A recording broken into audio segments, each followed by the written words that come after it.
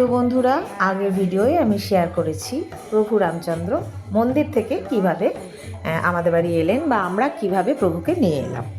তো আজকে আমি শেয়ার করব প্রভু রামচন্দ্রের আমাদের বাড়িতে আসার পর মহা রামনবমী পুজো। ছোট্ট ব্লগ, শুধু পুজোটুকুই আজকে শেয়ার করছি, তারপর চোখ রাখুন, নেক্সট ব্লগ তো থাকবে। তো প্রথমেই বলি রামনবমী কী। রামনবমী হচ্ছে শ্রীরামচন্দ্রের জন্মদিন। রামনবমী অযোধ্যার রাজা দশরথ ও রানী কৌশল্যার সন্তান শ্রীরামের জন্মগ্রহণ। এই জন্মগ্রহণ উদযাপন উপলক্ষে অনুষ্ঠিত একটি হিন্দু উৎসব। শ্রীরামচন্দ্র অযোধ্যার রাজা দশরথ ও রানী কৌশল্যার গর্ভে জন্মগ্রহণ করেন। রাজা দশরথের 3 জন স্ত্রী ছিলেন, কৌশল্যা, কৈকেয়ী এবং সুমিত্রা। কিন্তু বহু বছর ধরে তিনি নিঃসন্তান ছিলেন। একজন উত্তরাধিকারীর জন্য মরিয়া হয়ে উঠেছিলেন। রাজা দশরথ ঋষি ঋষ্য সিংহের তত্ত্বাবধানে একটি যজ্ঞের আয়োজন করেন, যা শেষ হয় অগ্নি থেকে চাল ও দুধের পাত্র হাতে এক স্বর্গীয় মূর্তির আবির্ভাবের মাধ্যমে। নির্দেশ অনুসারে রাজা পাত্রের সমস্ত কিছু তার স্ত্রীদের মধ্যে ভাগ করে দেন।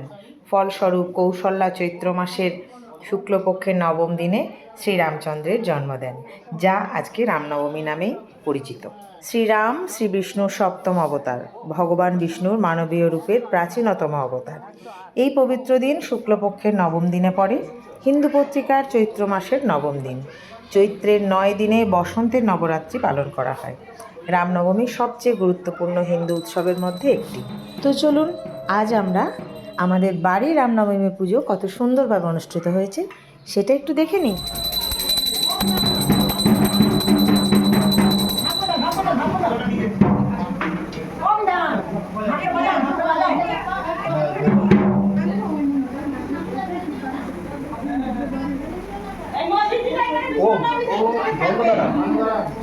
ওম বন্দদারা দুরাধর্ষা নিত্যং পুষ্টং পরিষু ঈশ্বরী সর্বভূতানাং তমিহ পভয়ে স্মীয়।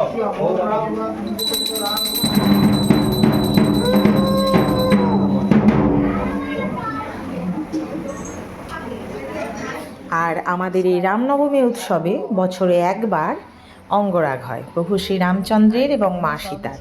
সব থেকে ভালো লাগে কি জানেন, এই যে এখানে মুসুরির ডাল বাটা, বেসন, চাল গুঁড়ো, মুলতানি মাটি, মধু, আরও বিভিন্ন রকম দিয়ে অঙ্গরাগ হচ্ছে, ঠাকুরের পরিষ্কার হচ্ছে, তারপর স্নান হবে এবং এই স্নান হবে 85 ঘটি জলে। দেখবেন আস্তে আস্তে ভিডিওর মধ্যে ছোট্ট ছোট্ট ঘটি আছে, সেই ঘটি 85 ঘটি জলে প্রভুর আর মায়ের স্নান হয়। তো এটা একটা দারুণ সুন্দর দেখার জিনিস, সৌভাগ্য হয় না, আমি তো প্রত্যেকবার যেতে পারি না। এটা আমাদের বংশের রীতি, প্রত্যেক বছরে। আপনি আগেই বললাম যে ঘোষাল পরিবার অনেক বড় পরিবার, 400 থেকে 500 বছরের পুরনো পুজো এই রামনবমী পুজো। তো 8 বছর পর পর আমাদের পালা হয়। তো সেরকম প্রত্যেক বছরেই কোনো জেঠু, কোনো কাকা এই পালা করে থাকেন, যাদের যে বছর পালা হয়। এবছর আমাদের হয়েছে, তো সব সময় তো যাওয়া হয় না। এবছর গেছি, পুরোটা নিজের চোখে দেখতে পেরেছি, মানে পরম সৌভাগ্য এটা আমার। কোন ছোটোবেলায় দেখে এসেছি, এখন তো বড় বয়সের মনে থাকা, ছোট বয়সের মনে থাকা তো অনেকটাই আলাদা হয়। তো ভারী সুন্দর লেগেছে এবং আমি পুরোটা বসে বসে কিন্তু ধরে রেখেছি। সেই একই কথা, কে দেখলো কে না দেখলো সেটা ব্যাপার না, আমার নিজের প্রোফাইলে এটা লাইফ টাইম রয়ে গেল। আবার যখন 8 বছর পর পুজো হবে, পরিস্থিতি বদলে যাবে, মানুষজন বদলে যাবে। যেমন আগের 8 বছরে আমাদের রামনবমীর খুব কাছের মানুষকে আমরা হারিয়েছি, কিছু মানুষ আসতে পারেনি।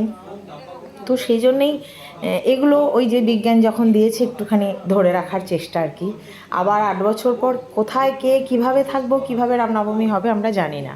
সেই জন্য যতটা পেরেছি, যতটা সম্ভব হয়েছে কাজের বাড়িতে এত লোকজনের মাঝেও ঠিক ততটুকু আমি ধরে রাখার চেষ্টা করেছি এবং ভিডিওটা বড় হলেও সেটা আমি আপনাদের সাথে শেয়ারও করছি। এটা দর্শনেও কিন্তু অনেক সৌভাগ্য লাগে। তো এই যে প্রভু রামচন্দ্র এবং মা সীতামার স্নান হচ্ছে। তো চলুন এবার ভিডিওটা পরপর দেখতে থাকি।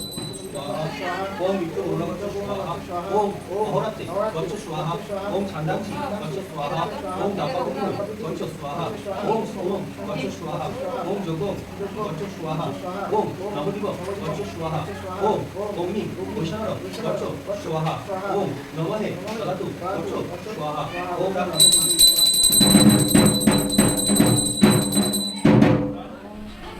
ओम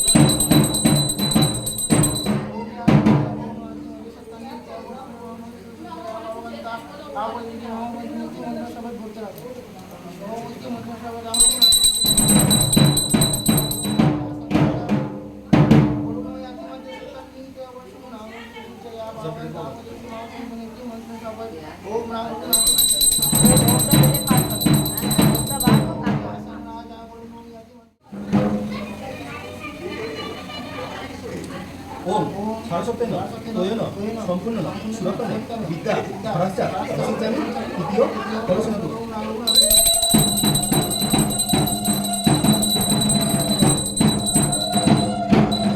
ओम सक्रा तादस्या विशुचतु लोकपाल समागता सागरगौर उन्नयन चतुर्थ दर्शनतु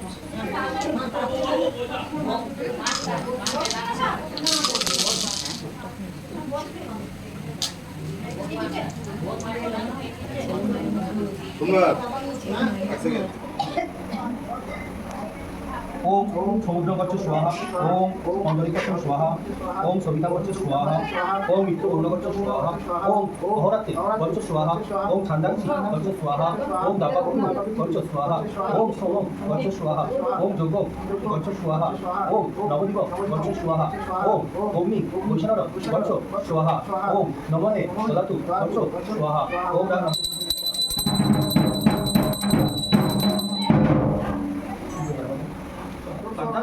제나가 마시다가 마시는 사람이 죽어도 누가 민가를 잡아주세요.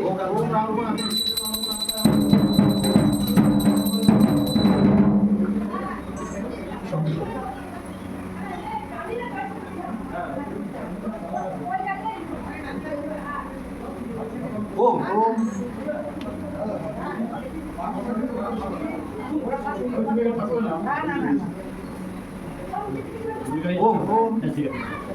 सर्वेषां उदिव देव ईशानो नामो नामतो शूल पानी महादेव निगारय साबैगन ओम राम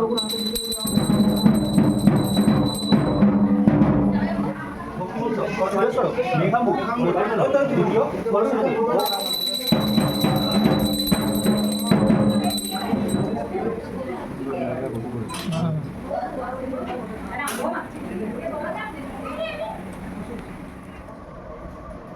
দেখি দিদি একবার দেখা বাপরে ফল কাটা ফল বানাতে বসেছে বাড়ির মেয়ে বাড়ির বউ ওই এক বাড়ির বউ ওই এক বাড়ির বড় বউ এখন হ্যাঁ বড় মেজো সব দেখতে আলাদা গোটা কলা মিশ্রণ দিয়ে দাও আর আখটাকে দিলে এই অল্প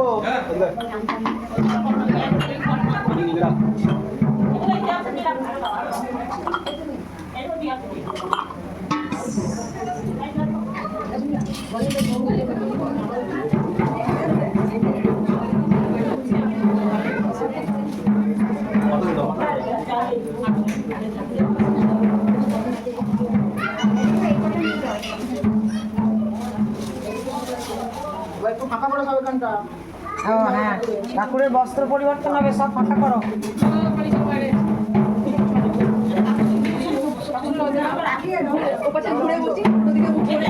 ক্যামেরা বন্ধ, হ্যাঁ এই সময় ক্যামেরা বন্ধ। আর এই দেখুন স্নান শেষের দিকে, এবার তো প্রভুকে সাজুগুজু করতে হবে। আর এই চলে এসেছে প্রভুর আর মায়ের গয়না, রূপোর তরবারি, রূপোর ছাতা, রূপোর মুকুট, সোনার হার, সোনার বালা, অনেক রকম থাকে ঠাকুরের গয়না তো। এবং সেটা কোনো একটা জেঠুর বাড়িতে রাখা থাকে।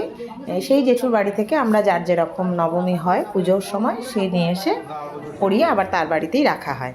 আর এই যে হারটা দেখছেন সীতাহার, এটা আমার বড় মা দিয়েছে মা সীতাকে এবছরে।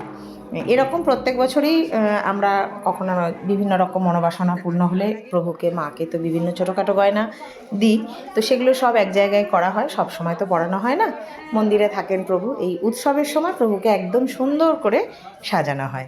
তো চলুন এবারে বাকিটুকু দেখি। ধর্মা কাশ্য গোত্রস্য শ্রীতীর্থঙ্কর দেব সমন বাসগোত্র শ্রী রামদুলাল দেব সমন বাসগোত্র শ্রী রামকমল দেব সমন সর্বপচ্ছান্তি পূর্বক দীর্ঘষ্ট সর্বপাপ প্রণাশন পরম ঐশ্বর্য দুর্লভ ধনধান্য পুত্র পুত্রাত্ম নবচ্ছিন্ন সন্ততি মিত্রবর্ধন শত্রুক্ষয় উত্তর উত্তর রাজ সম্মানাদ অভীষ্ট সিদ্ধর্থম শ্রী ভগবান শ্রীরামচন্দ্র প্রীতিকাম গণেশাদি নানা দেবতা পূজাপূর্বক সীতাদেবী সহিত শ্রী রামনবমী বিহিত শ্রী রামচন্দ্র পূজন কর্মাহ।